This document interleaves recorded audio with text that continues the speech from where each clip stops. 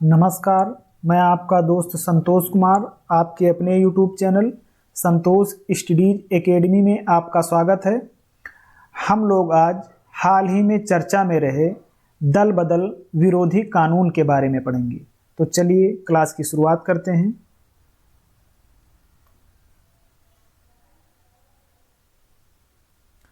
दल बदल विरोधी कानून की आवश्यकता हमें क्यों पड़ी?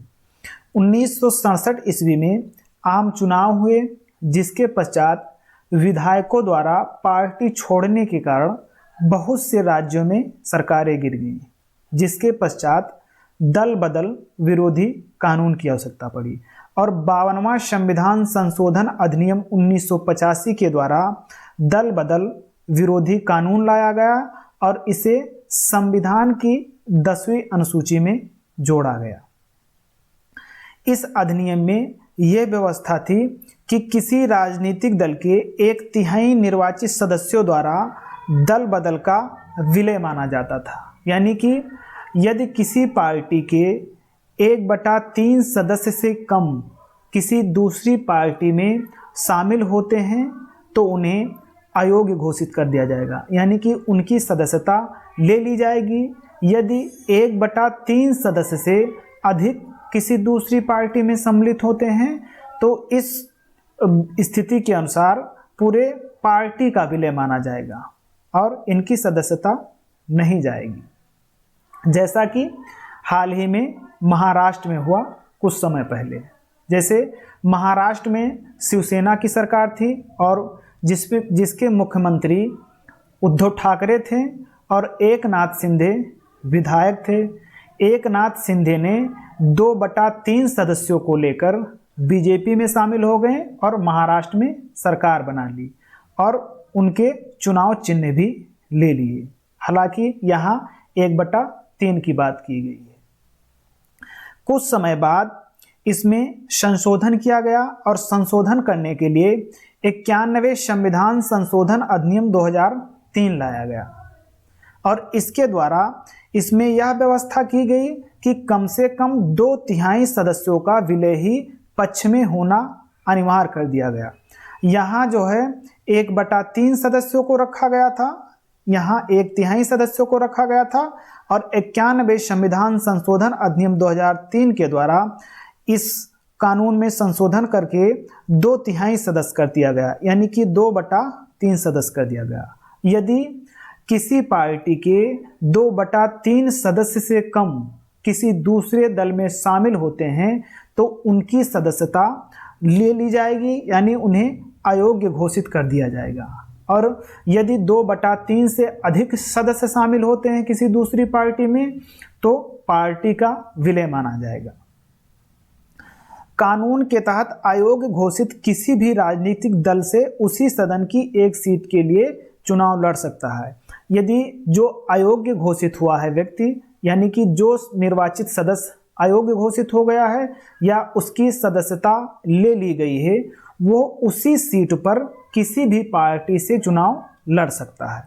और दल बदल के आधार पर जो इसका निर्णय होता है कि किस व्यक्ति की सदस्यता ली जाएगी, यानी कि अयोग्य घोषित करने का जो काम होता है, जो अधिकार होता है, वो लोकसभा में लोकसभा स्पीकर के पास होता है, राज्यसभा में राज्यसभा के उपसभापति के पास होता है, यानी कि उपराष्ट्रपति के पास होता है, और राज्य की विधानसभाओं में विधानसभा अध्यक्ष के पास ये अधिकार होता है।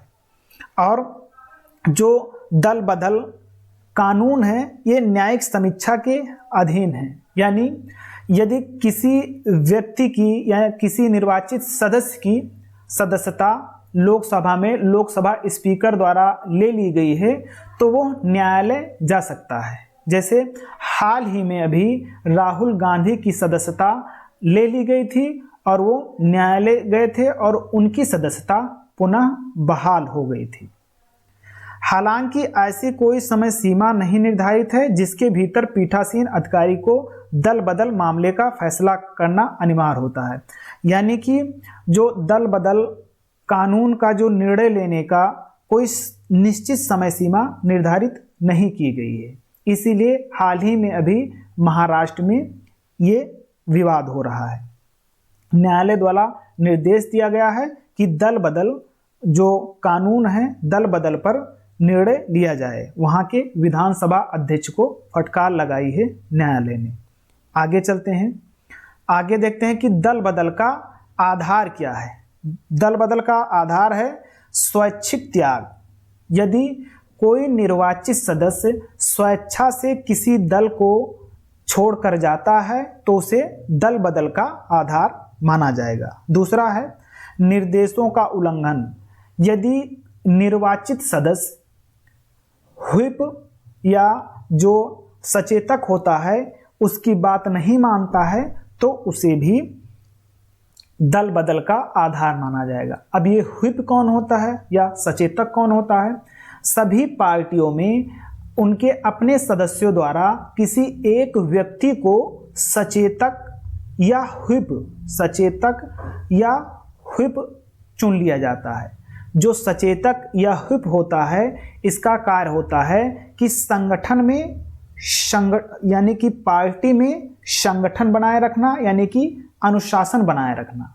जैसे हाल ही में अभी अविश्वास प्रस्ताव विपक्ष के द्वारा लाया गया था तो सभी पार्टियों ने व्हिप जारी किया था। केवल राष्ट्रपति के चुनाव के समय व्हिप जारी नहीं किया जा सकता है, और व्हिप जारी किया गया था इसीलिए देखिए जो मनमोहन सिंह थे ये व्हील चेयर पर सदन में आए थे। ऐसा इसलिए होता है कि पता नहीं एक मत से ही जो है पार्टी गिर जाए, तो इसीलिए जो सचेतक या व्हिप होता है इसकी बात माननी पड़ती है। अगर जो नहीं मानोगे तो उसे दल बदल का आधार माना जाएगा। जैसे किसी पार्टी ने व्हिप जारी कर दिया और जो सदस्य है वो किसी मतदान के पक्ष में नहीं है तो वो सदन में नहीं आता है उस पार्टी का, तो उसे दल बदल का आधार माना जाएगा। यदि वो सदस्य आता है और जो व्हिप जारी करता है या जो सचेतक होता है उसकी बात नहीं मानता है, वो दूसरे पार्टी के समर्थन में मतदान कर देता है, तो उसे भी दल बदल का आधार माना जाएगा। यानी कि दोनों परिस्थितियों में दल बदल का आधार माना जाएगा। अगला है कि निर्वाचित सदस्य। यदि कोई व्यक्ति निर्दलीय निर्वाचित सदस्य है और किसी पार्टी में शामिल होता है तो उसे दल बदल माना जाएगा। मनोनीत सदस्य।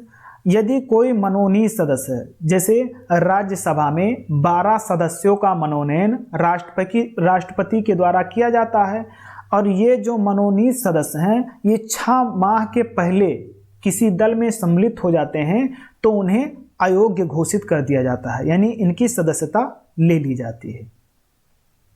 आगे है कि दल बदल का राजनीतिक व्यवस्था पर प्रभाव। क्या प्रभाव पड़ता है? मान लिया जाए कि लोकसभा में 543 सीट पर चुनाव होता है, 543 सीट पर चुनाव होता है, जिसमें से एक ये पार्टी है और दूसरी बी पार्टी है। ये पार्टी को 270 मत मिले और जो बी पार्टी है इसे 273 वोट मिले, यानी कि 273 सीटें मिली। ये पार्टी को 270 सीटें मिली और बी पार्टी को 273 सीटें मिली। अब जो 3 सीट है ये बी पार्टी के पास ज़्यादा है। अब ये पार्टी वाला जो बी पार्टी के 3 सदस्य ज़्यादा हैं या 3 विधायक या सांसद ज़्यादा हैं तो ये पार्टी वाला इनको प्रलोभन देगा कि आप हमारे पार्टी में आ जाइए, हम तुम्हें महाराष्ट्र में जो समुद्र के किनारे है बंगला उसे देंगे, एक फरारी देंगे और 10 करोड़ रुपए ये आपका पैकेज है, हमारी पार्टी में आ जाइए। यदि ये तीन सदस्य इस पार्टी में सम्मिलित होते हैं तो इनकी सदस्यता चली जाएगी। जब ये इनकी सदस्यता चली जाएगी तब ये उसी सीट पर किसी भी दल से चुनाव लड़ सकते हैं, तो जाहिर है कि ये पार्टी से चुनाव लड़ेंगे। जब ये पार्टी से चुनाव लड़ेंगे, यदि ये तीनों जीत जाते हैं तो इनकी सरकार बन जाएगी, यानी कि ये पार्टी की सरकार बन जाएगी। यदि ये तीनों नहीं जीतते हैं और इस पार्टी, भाई ये भी पार्टी अपने जो सदस्य हैं, प्रतिनिधि हैं, उसे चुनाव लड़ाएगा, जो इसके 3 अलग से सदस्य जीत जाएंगे तो फिर से बी पार्टी की सरकार बन जाएगी। इसे मिटा देते हैं, फिर दोबारा समझते हैं।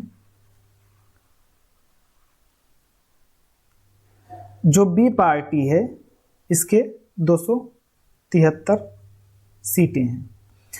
यदि बी पार्टी के प्रलोभन पर, यानी कि ये पार्टी के प्रलोभन पर बी पार्टी के 2/3 सदस्य यदि चले आते हैं, जब 2/3 सदस्य चले आते हैं, इसका 2/3 182 होगा। यदि 2/3 यानी कि 182 सदस्य ये पार्टी में सम्मिलित हो जाते हैं तो इस स्थिति में पूरी पार्टी का विलय माना जाएगा और ये जो 182 सदस्य हैं इनकी सदस्यता नहीं जाएगी और ये पार्टी की सरकार बन जाएगी। आगे है कि चुनावी जनादेश का उल्लंघन, तो ये इसी से संबंधित है। आगे है जनादेश का उल्लंघन माना जाता है सरकार के सामान्य कामकाज पर प्रभाव पड़ता है, यानी कि दल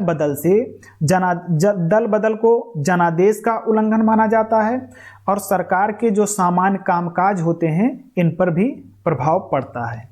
तो आज की क्लास पूरी हुई। क्लास देखने के लिए धन्यवाद। क्लास पसंद आई हो तो चैनल को सब्सक्राइब कीजिए और बेल आइकन को दबाइए ताकि समय से क्लासें मिलती रहें।